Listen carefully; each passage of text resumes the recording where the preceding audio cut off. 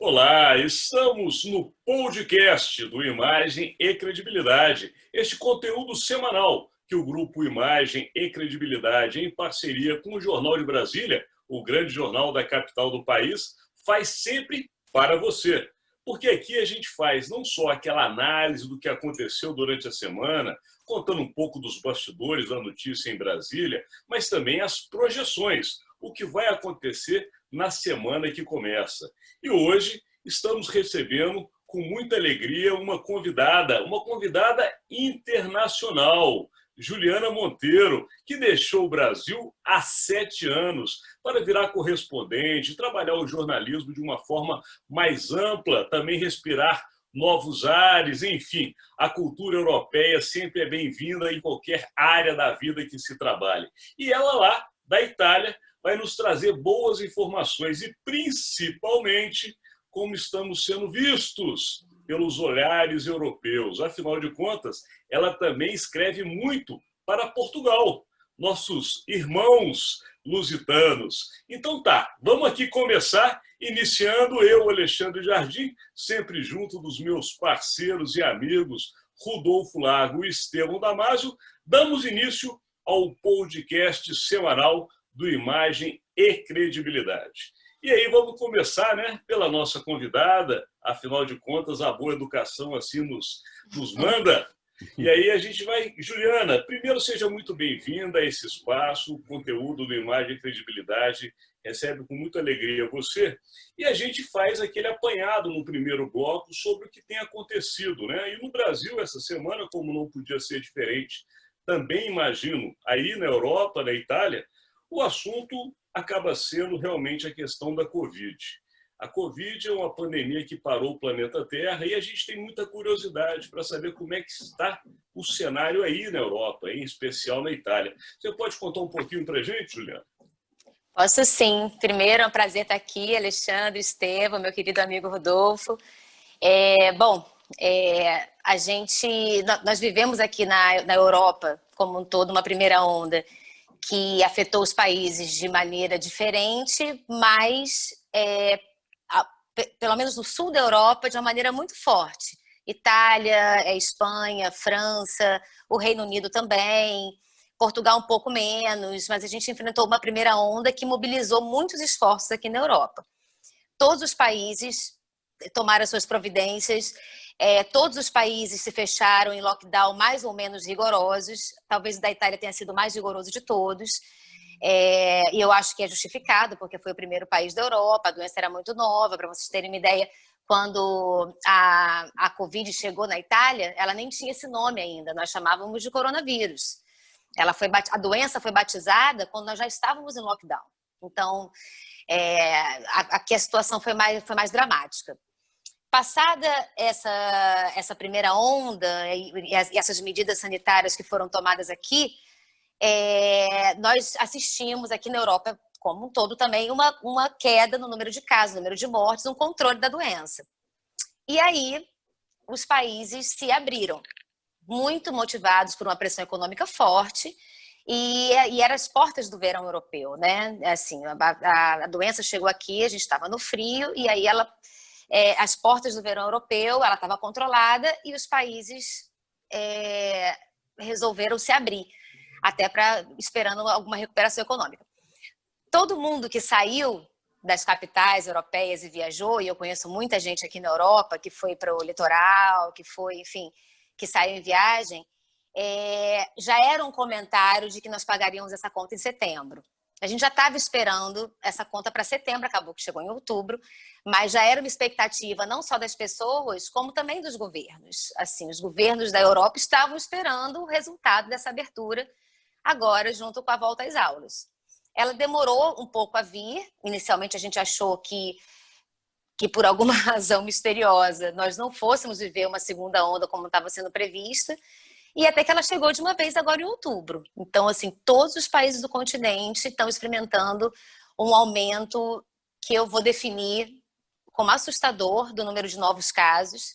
Países que tiveram poucos casos na primeira onda, como Portugal, por exemplo, agora estão com uma segunda onda super agressiva no número de casos.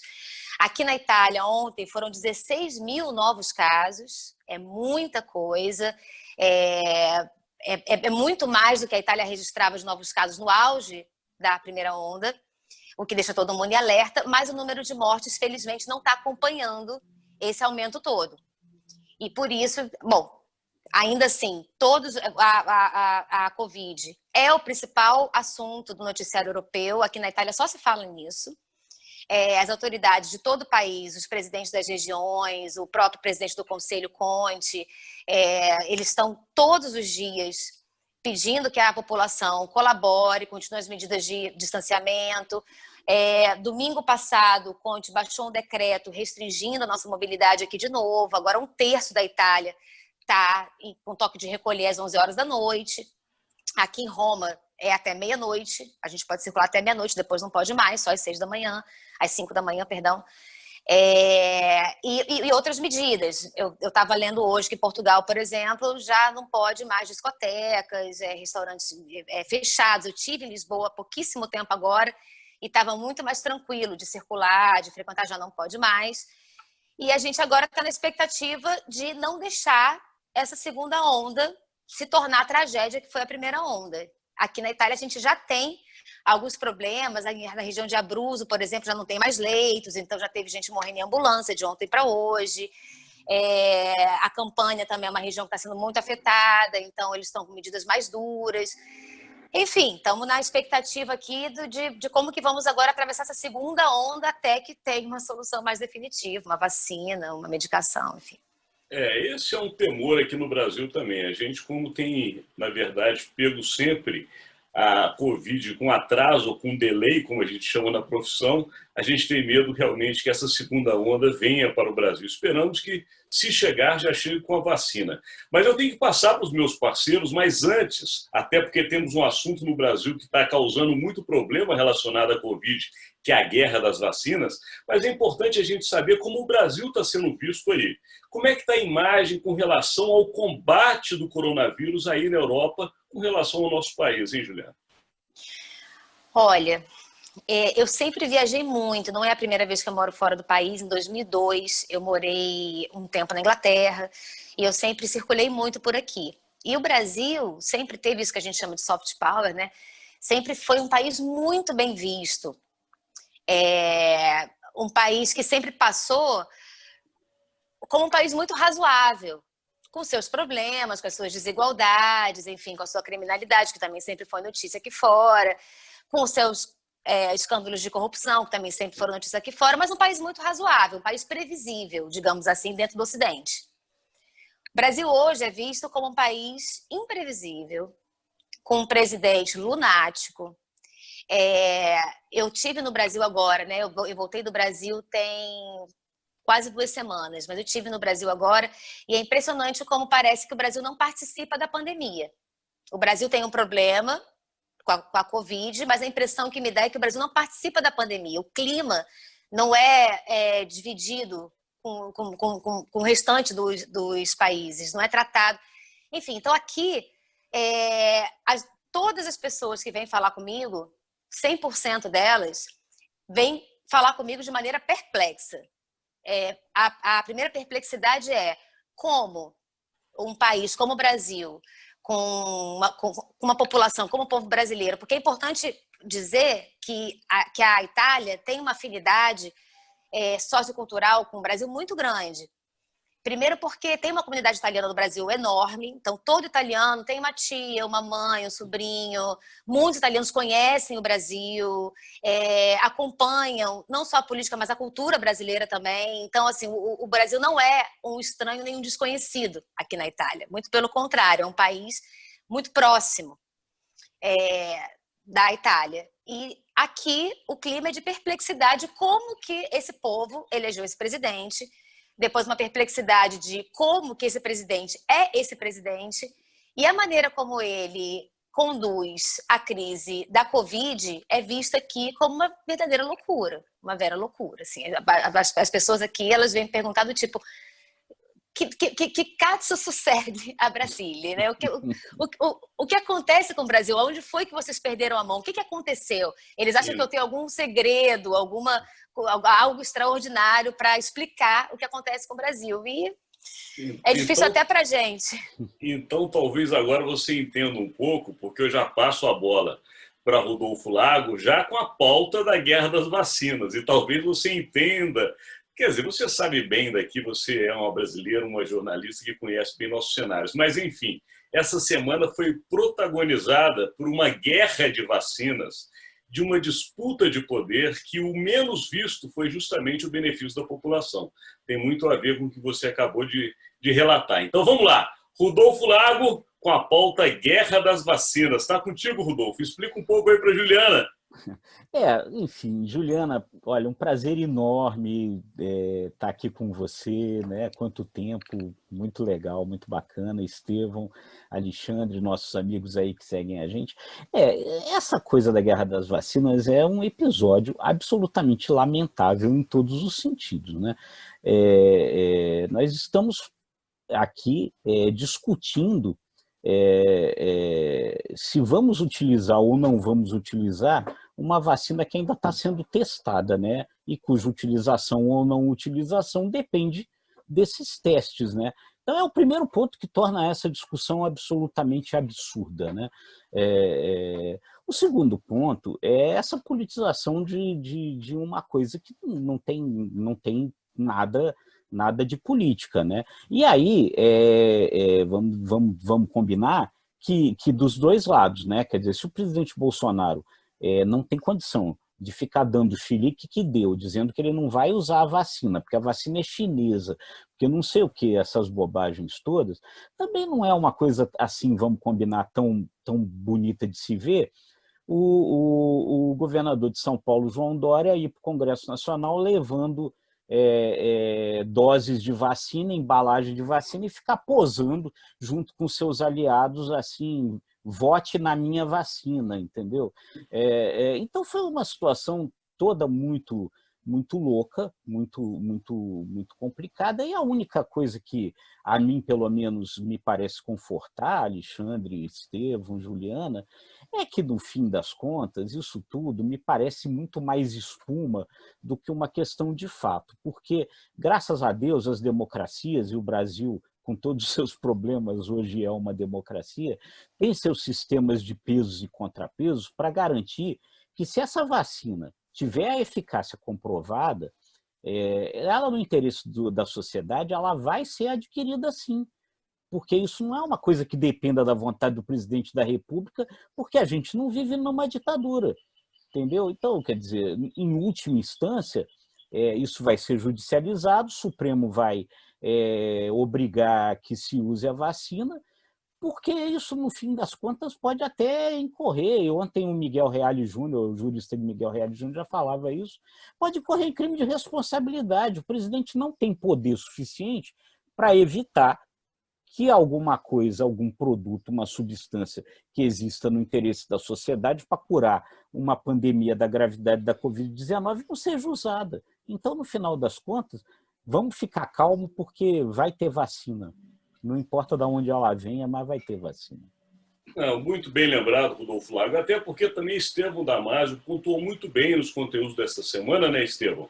Essa questão relativa à vacina, já que a vacina ela vai ser internalizada pelos institutos brasileiros respeitadíssimos. Afinal de contas, nenhum desses institutos vai ter a irresponsabilidade, como bem disse Estevão, de colocar uma vacina que contém algum risco. Mas está contigo, Estevão. Guerra das vacinas é a nossa pauta.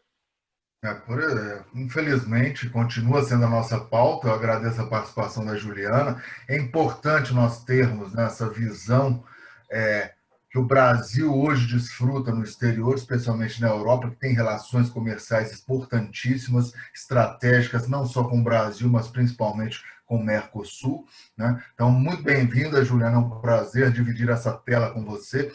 Eu acho que vocês já disseram tudo, né? Eu entendo que a cegueira ideológica do presidente Jair Bolsonaro e a, digamos, vaidade marqueteira do governador João Dória não podem definitivamente se sobrepor a ciência, né? Nós temos aí o Instituto Butantan, que tem uma respeitabilidade até no cenário internacional, não é brincadeira.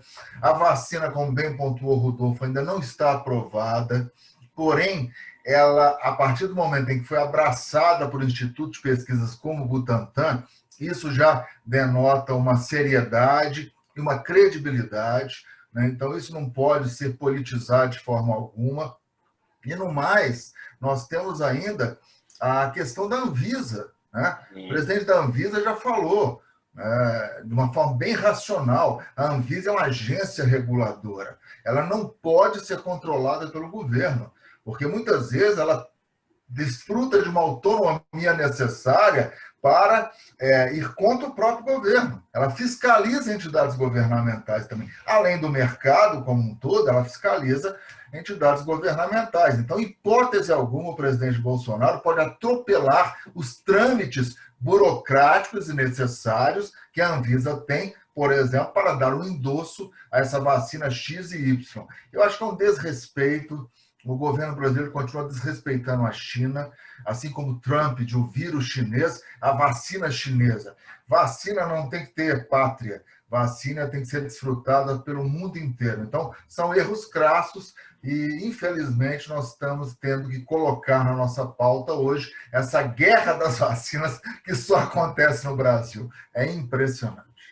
E vamos agora voltar para a Juliana, até porque, Juliana, como o Brasil você conhece bem, tem as suas mazelas e alguns fatos ultimamente têm sido colocados em público de uma maneira até um pouco, digamos, constrangedora para quem participa dela. E o ministro da Saúde, né, Eduardo Pazuello, que é um general ainda na ativa, até pedem para que ele vá para a reserva, acabou recebendo um puxão de orelhas publicamente do presidente da República, porque anunciou justamente que Estevão e Rodolfo falaram que ia comprar as doses e depois o presidente falou, não compre não.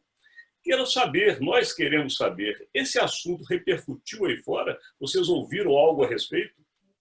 Não, repercutiu muito. Esse assunto foi manchete de toda a imprensa europeia, porque nesse momento todas as fichas de esperança que as populações atingidas pela Covid, praticamente o mundo inteiro, estão sendo colocadas numa vacina. Então, a vacina é a expectativa de todos os territórios. Então, aqui na Itália, por exemplo, tem uma pressão muito grande em cima do Conte, do presidente do Conselho, porque ele está prometendo a vacina para dezembro. Inicialmente era janeiro, ele antecipou para dezembro, e aí ontem já tinham alguns especialistas pedindo para que o presidente trate o italiano como adulto, falando que é impossível que essa vacina chegue em dezembro, e o presidente bate o pé falando que vai chegar em dezembro. Enfim, a expectativa do mundo inteiro é pela vacina. E ninguém está preocupado com a nacionalidade da vacina. Se vai vir de Oxford, se vai vir dos Estados Unidos, se vai vir da China. Não tem ninguém preocupado com isso. A Itália também está com muitos esforços de pesquisa para desenvolver a sua vacina, mas estamos esperando o mundo inteiro a primeira vacina eficiente que a gente consiga atender as populações. Quando o presidente do Brasil vai a público suspender a compra de um lote, ontem eu faço isso, né? Eu fui assistir a live, é a minha penitência semanal, por ser brasileira, eu assisto a live do Bolsonaro. E é assustador, porque é isso, ele diz, ele reafirma, ele continua, enfim. E é assustador porque o Brasil ontem enterrou as 484 pessoas, se não me engano. Ele lamentou a morte de uma, né? Que foi o senador, enfim, que é amigo dele, de um brasileiro. Haroldo de Oliveira. Haroldo de Oliveira. O nome tinha me fugido aqui. Ele lamentou a morte de um brasileiro, desrespeitando os outros 483, as outras 483 famílias que também perderam seus entes ontem, desrespeitando as 400 que vão perder hoje, que vão perder amanhã. Ele ignora, ele faz uma live enorme onde o assunto coronavírus só aparece, o assunto Covid só aparece na hora que ele vai falar de cloroquina, ele continua indicando cloroquina, e na hora que ele vai falar que não vai comprar vacina nenhuma, com argumentos assim, que é de deixar realmente o mundo inteiro de queixo caído, porque é só no Brasil. Então, continua contigo, porque tem outro assunto também que a gente imagina que o Brasil não deve estar sendo muito bem visto aí fora, que é a questão ambiental, né, Juliana? Porque, afinal de contas, o meio ambiente no Brasil é um grande patrimônio, não só nosso, mas do mundo todo. Não que o mundo seja dono do que nós temos de meio ambiente, mas nós somos responsáveis por cuidar deste patrimônio para que todos usufruam. Enfim, dentro deste cenário, do que você também tem acompanhado com relação a devastações, a descasos, a combates e não combates, a posturas e não posturas, como é que está sendo vista essa questão do meio ambiente aí fora com as queimadas, mas no viés do agronegócio? Você tem uma visão para nos falar? Olha, eu vou falar de Europa, não vou me aventurar de falar do resto do mundo como um todo, não. Mas na Europa, a consciência ambiental da população em geral é maior do que no Brasil. Esse assunto ele é pautado, inclusive dentro das regras do próprio capitalismo. As pessoas escolhem aonde elas querem investir o dinheiro delas e elas preferem, o cidadão comum europeu, ele prefere, ele opta por investir o dinheiro dele em países e empresas responsáveis com o meio ambiente. Quando estava no auge das queimadas aí no Brasil, da Amazônia, Pantanal e tal, esse assunto foi tratado aqui com a máxima gravidade. E aí, de novo, o que o Bolsonaro faz em relação à vacina, por exemplo, ainda que tivesse um debate a ser feito sobre vacina, sobre eficácia, sobre ser obrigatório ou não, ainda que tivesse um debate a ser feito, nesse momento, a fala do presidente como colocando a população apreensiva com essa vacina, como se fosse injetado qualquer coisa nas suas veias, enfim, é o mesmo choque com que a Europa recebe as falas do Bolsonaro em relação a queimadas na Amazônia, Pantanal, que hoje tem satélites, hoje tem centros, tem fotos aéreas, todo mundo sabe o que está acontecendo aqui, e o presidente vai a público dizer que não está acontecendo nada, que a Amazônia não pega fogo. Ele falou isso na live de ontem, que a Amazônia não pega fogo, assim, não dá para entender. E isso deixa todo mundo aqui, como eu disse no começo, assim, essa fala é escutada com muita perplexidade. As pessoas assim não acreditam. O presidente brasileiro hoje é visto como um lunático, gente. É muito complicado, sabe? Como um verdadeiro louco, um lunático, um perigo, não só para o Brasil, mas para o planeta inteiro. Eu tive no interior de Portugal, agora também em setembro, no começo de setembro, no interior de Portugal, fui resolver um problema, enfim, de documentação, numa cidade muito pequenininha, tão pequenininha que não tinha tido nenhum caso de Covid ainda. E um agricultor veio conversar comigo sobre a questão das queimadas no Brasil. Então, assim, é uma preocupação, a questão com o meio ambiente, a questão de como o Brasil maneja, a questão dos agrotóxicos no Brasil, isso é uma pauta que é importantíssima. O cidadão comum europeu, ele opta por não comprar um produto que venha do Brasil ao saber que nós envenenamos as nossas lavouras com tanto agrotóxico. Isso é uma condicionante para que as pessoas comprem os nossos produtos aqui. Eu entendo. Realmente você tem uma visão do que a gente não gostaria que fosse a realidade, mas é. Mas agora vamos passar também para as análises de também quem está acompanhando esse assunto de perto, que é Rodolfo Lago e Estevão Damasio. Então agora, contigo, Rodolfo. Então, o que a Juliana pontuou, Alexandre e Estevão, nossos amigos, é o que enfim, é o que a gente fala sempre muito aqui, né? Se o governo brasileiro não está preocupado com o problema ambiental, ele devia se preocupar com o problema econômico que isso acarreta. Porque, como bem disse a Juliana, os outros países do mundo se preocupam com o problema ambiental. E aí, ao se preocuparem com o problema ambiental, eles procedem como ela estava explicando. Não compram o produto brasileiro, resolvem não investir no Brasil, porque eles estão comprometidos com essa bandeira. Então, isso não é mais, em boa parte do mundo, uma questão ideológica, como o governo Bolsonaro fica querendo colocar, né? É um consenso mundial de que o planeta está esgotando, os seus recursos. Se ele não mudar a forma de agir, né, nós todos vamos pagar por isso. Então, empresários, consumidores buscam o que se chama hoje de selo verde, que é o selo que mostra que existe um compromisso daquele produtor com a questão ambiental, busca outras formas de produção agrícola que respeite o meio ambiente, que isso fique garantido na hora de se adquirir o produto, né? As empresas aí não investem. Então, quer dizer, o Brasil está apostando numa coisa que pode gerar um grave problema econômico para o país. Então, se não se preocupa com o problema ambiental, devia pelo menos então se preocupar com o problema econômico, né? Porque com dinheiro todo mundo se preocupa, né? Né, Estevão? Não, com certeza. Acho que houve um tempo em que reclamávamos, até de certa forma com razão, das chamadas barreiras não tarifárias, né, impostas por vários países europeus, especialmente, chamado protecionismo europeu. Mas hoje o mundo mudou. Eu acho que hoje os pré-requisitos para o comércio exterior, eles são pautados por preocupações ambientais. E o Brasil tem que se adequar a isso, não dá para ficar dando murro em ponta de faca. O problema é que os dois ministérios, que teoricamente, né, têm ou deveriam ter mais contato com os países europeus, com os Estados Unidos, o mercado asiático, que são as pastas das relações exteriores e do Ministério do Meio Ambiente, estão dominados ainda pela ideologia do governo Bolsonaro. Então, a gente está perdendo muito e a gente corre o risco de perder mais se, como diz as pesquisas norte-americanas, e como ele foi muito bem no último debate, Biden vencer o pleito.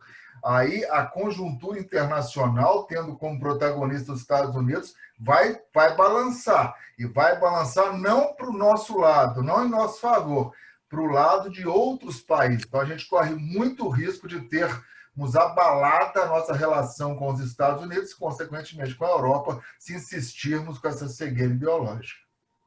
Perfeito, Estevão Damasio. Você lembrou uma coisa importantíssima, essa questão do pêndulo norte-americano e da questão da mudança de poder que pode haver, ao que tudo indica, nos Estados Unidos, vai influenciar diretamente no Brasil. E é bom que se fique atento por aqui, porque pode ser que a nossa política tenha que mudar radicalmente. Mas, enfim, falando em política, vamos para a nossa política caseira. Até porque, Juliana, você está longe, mas nós estamos, por incrível que pareça, ninguém se lembra muito, mas numa eleição municipal, que é a eleição mais importante do Brasil, porque é dos municípios que a vida é sentida. É lá que todo mundo está, ou seja, é na sua cidade que você sente a política acontecer. E nós estamos numa eleição municipal que parece que não está acontecendo. Mas nossos analistas, Estevão Damasio e Rodolfo Lago, vão lhe contar bem como é que está o cenário no Brasil, principalmente naquela cidade que é considerada a vitrine ou o laboratório político do Brasil,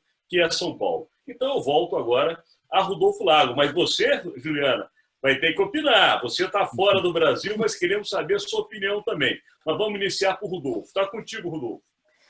Pois é, o Celso Russomano, com apoio, com Bolsonaro na garupa, enfim, com todo o apoio agora que ele não tinha em eleições passadas, vai voltando, parece a se mostrar o cavalo paraguaio mesmo, como muitos chamam, né? Ele estava disparado na frente, Bruno Covas, do PSDB, o prefeito de São Paulo, começou a se aproximar e na pesquisa que foi divulgada hoje, Estevão, Juliana, nossos amigos, o Russomano já aparece atrás do Bruno Covas. Bruno Covas com 23% das intenções de voto, o Russomano com 20%, o Guilherme Boulos se aproximando desses dois, e aí já tem muita gente imaginando que talvez o segundo turno nem seja entre Russomano e Bruno Covas, mas sim entre Bruno Covas e Guilherme Boulos. Então o quadro ali mudando, né? E aí Bolsonaro aparentemente fez uma aposta errada em São Paulo, né? E isso pode ter consequências daqui a 2 anos aí no cenário das eleições, porque isso, elegendo-se Bruno Covas, né? que parece aí o mais provável, dadas as pesquisas de hoje, né? Política muda, né? Mas hoje é o que parece, Bruno Covas se elegendo, isso certamente vai fortalecer a candidatura do João Dória à presidência da República.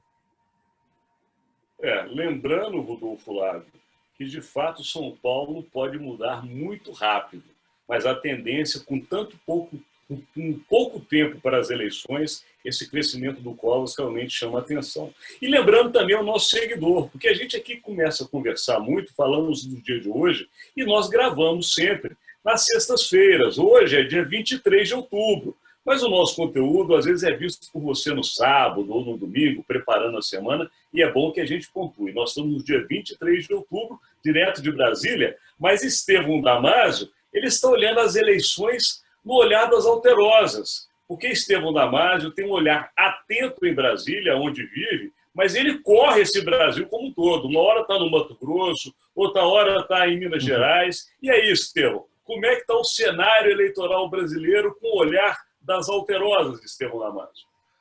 Eu acho que o presidente Bolsonaro estava numa posição muito cômoda por não ter partido, ele está sem partido. Então, teoricamente, ele correria muito menos riscos se ficasse na dele, ou se só posicionasse no segundo turno. Porém, pressionado, ele está tendo que se posicionar, especialmente no eixo Rio-São Paulo.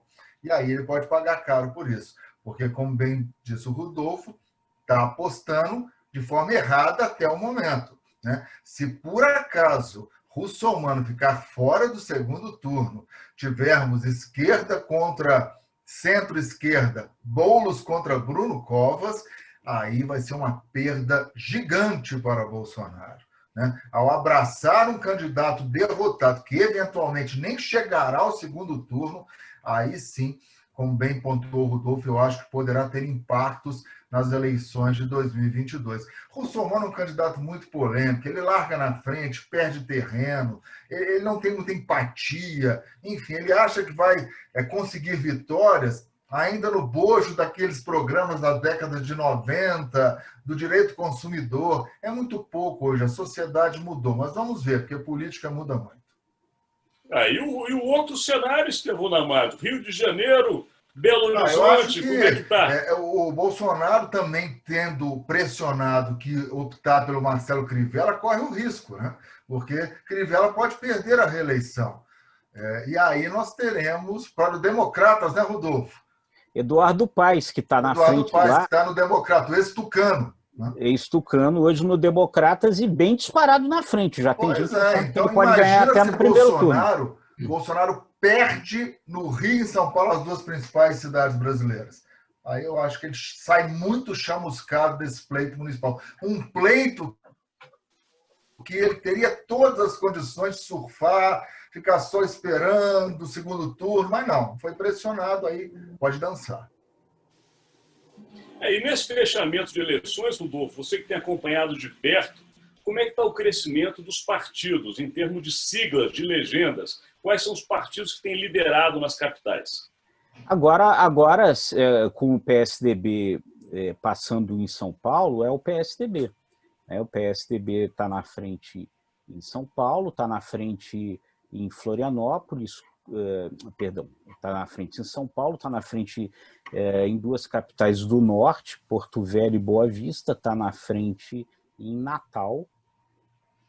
Acho que são essas, eu agora não estou com os dados todos aqui na minha mão, mas é o PSDB e depois o DEM, que deverá ser aliado do PSDB, do João Dória, nas eleições de 2022. Então, esse cenário, ele realmente pode vir a favorecer o João Dória nessa disputa, né? Porque o que acontece nas eleições municipais? Além de elas serem meio laboratório das eleições de 2 anos depois, elas criam as bases de apoio, né, de cabos eleitorais, né? Os prefeitos, os vereadores são cabos eleitorais importantes dos candidatos 2 anos depois. Então, esse cenário se projeta na frente assim, podendo favorecer o João Dória. Perfeito, cenário completo. E agora, Juliana, dentro deste cenário que você conheceu, lembrando, Estevão Damasio não quis se declarar, porque ele é um torcedor, mas em Minas, Juliana, em Belo Horizonte, quem está na frente é Elias Calil, que foi ex-presidente do Clube Atlético Mineiro, enfim, está com uma administração que Esse foge aí eu da... acho que não perde, não. Esse é só uma tragédia para tirar a reeleição dele. Ele está Então, praticamente eleito no primeiro turno.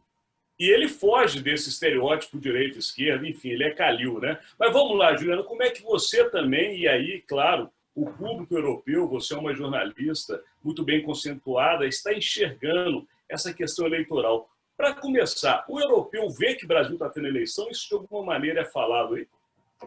Olha, essa eleição não é muito falada aqui, não. Ela não é muito acompanhada, não.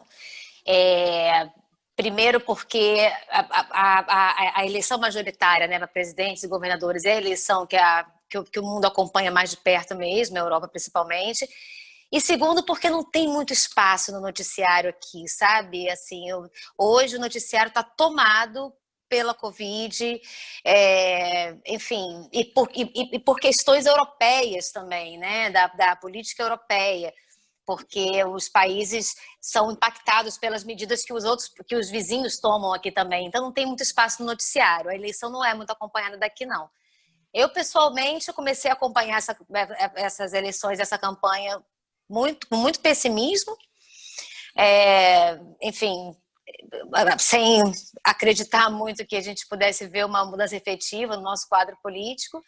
Mas essa mudança no Rio e em São Paulo, o russomano caindo, enfim, dá uma esperança de que pelo menos o candidato do governo saia derrotado nas duas maiores cidades do país. Então, opa, olha lá, Juliana com suas projeções, porque já está até adiantando a fase, porque justamente agora a gente encerra o bloco das análises da semana e já iniciamos o que você começou a fazer, Juliana, que são as projeções da próxima semana. Então está contigo, Juliana. O que você projeta para a semana que se inicia? Olha, eu costumo errar muito as minhas projeções, porque eu sou uma pessoa de natureza otimista. E nos últimos anos, nem o Brasil nem o mundo têm dado muitos sinais de que eu possa continuar exercitando meu otimismo. Então, assim, eu não estou otimista com o nosso futuro próximo, não, sabe? E eu acho que a vacina vai demorar mais do que a gente acha que vai demorar. Eu acho que a segunda onda vai matar mais do que a gente está achando que vai matar. Eu acho que a situação no Brasil... Eu discordo um pouco que o Brasil vai experimentar uma segunda onda. Eu acho que o Brasil jamais saiu e do jeito que vai, jamais sairá da primeira onda. Eu acho que o Brasil vai experimentar um tsunami, que sabe lá quando que isso vai se resolver no nosso país. Então, eu não vou arriscar nenhuma previsão, só vou dizer que eu estou bem pessimista em relação ao nosso futuro próximo, Alexandre. Realmente é um olhar triste, mas esperamos e torcemos, já que falamos de torcidas aqui, que seja um pouco melhor. E agora eu vou inverter. Eu estava sempre indo para Rodolfo Lago, mas vamos lá. Estevão Damasio, sua projeção da semana que se inicia, Estevão. Eu acho que não tem outra que não seja a economia. O governo tem que resolver os problemas internos, tem que conseguir desembaralhar esse processo da comissão de orçamento, né? Já está passando da hora, porque nesse momento, se você passa pelas principais agências de notícias, só tem informação ruim da economia. Prévia da inflação em outubro, maior alta desde 95, puxada pelos alimentos. Taxa de desemprego recorte 14% em setembro, segundo o IBGE. E por aí vai. Então, se o governo ficar gastando energia com discussões bobas e não focar no que é necessário, que é resolver a questão da comissão mista de orçamento, ter um orçamento factível para 2021, e aí sim se debruçar sobre questões da economia que tramitam nos plenários da Câmara e no Senado, a vaca pode ir para o brejo, hein? Bem lembrado, Estevão Damasio. E agora a projeção de Rodolfo Lago. Olha, eu vou na mesma linha do Estevão. O governo está, enfim, aos 45 do segundo tempo para conseguir resolver essas questões econômicas. Precisa definir a questão do orçamento, precisa definir de onde virá o dinheiro para o Renda Cidadã, para o seu programa social, porque senão vai tudo por água abaixo mesmo, entendeu? O país vai entrar numa crise, e todas essas condicionantes que hoje têm mantido o presidente Bolsonaro popular vão derreter para ele. Se o governo não conseguir recursos para manter o programa social de alguma forma no ano que vem, se mais do que isso o país entrar sem orçamento, porque isso já está se tornando uma possibilidade concreta, as condições que hoje mantêm o Bolsonaro popular, elas podem se desfazer completamente. Perfeito, perfeito. E agora é o seguinte, deu hoje quórum qualificado, né, com votação de maioria absoluta, porque não tem como fugir. Eu vou para a economia também, até porque finalmente, né, o presidente do Senado e do Congresso Nacional, Davi Alcolumbre, marcou para o dia 4 de novembro a famosa sessão tão adiada com relação aos vetos. E nesses vetos está justamente um dos mais preocupantes, que é a desoneração da folha de pagamentos, que afeta 17 setores da economia. Isso pode gerar um desemprego no Brasil muito maior do que já está acontecendo. Lembrando que nós já passamos de 14 milhões de desempregados no Brasil. A questão, como bem disse Rodolfo Lago e Estevão Damasio, a Comissão Mista de Orçamento nem sequer está funcionando. Nós temos o risco de entrar em 2021 sem orçamento aprovado. Isso é um dano imenso para o país, porque fica tudo travado.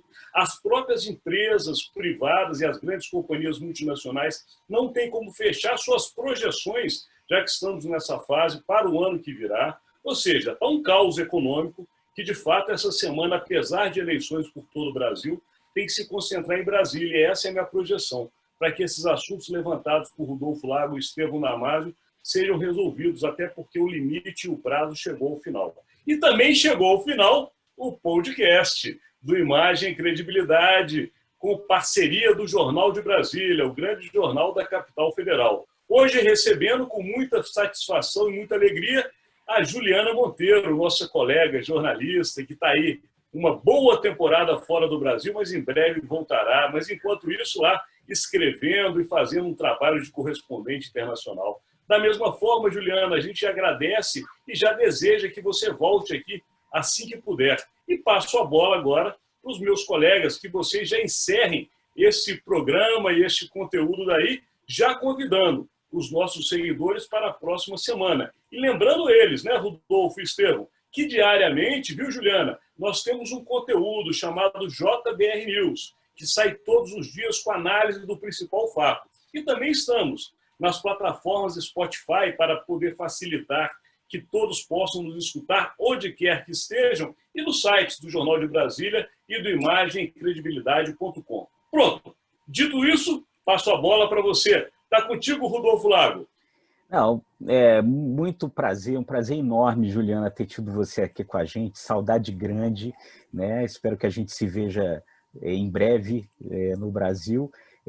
Muito obrigado pela sua participação, que foi ótima. Muito obrigado aos nossos seguidores aí que sempre nos prestigiam, e boa semana para todo mundo. Estevão.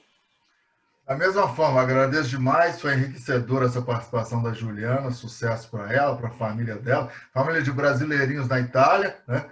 Eles consigam voltar logo, né? E tudo. Valeu, enriqueceu muito o nosso conteúdo aqui, obrigado. Muito obrigado a todos. Obrigado, Juliana. Eu que agradeço, gente. Agradeço mesmo, acompanho o trabalho de vocês, sou espectadora do programa. Um abraço para vocês. Obrigada pelo convite. Até a próxima. Obrigado, então. Até logo.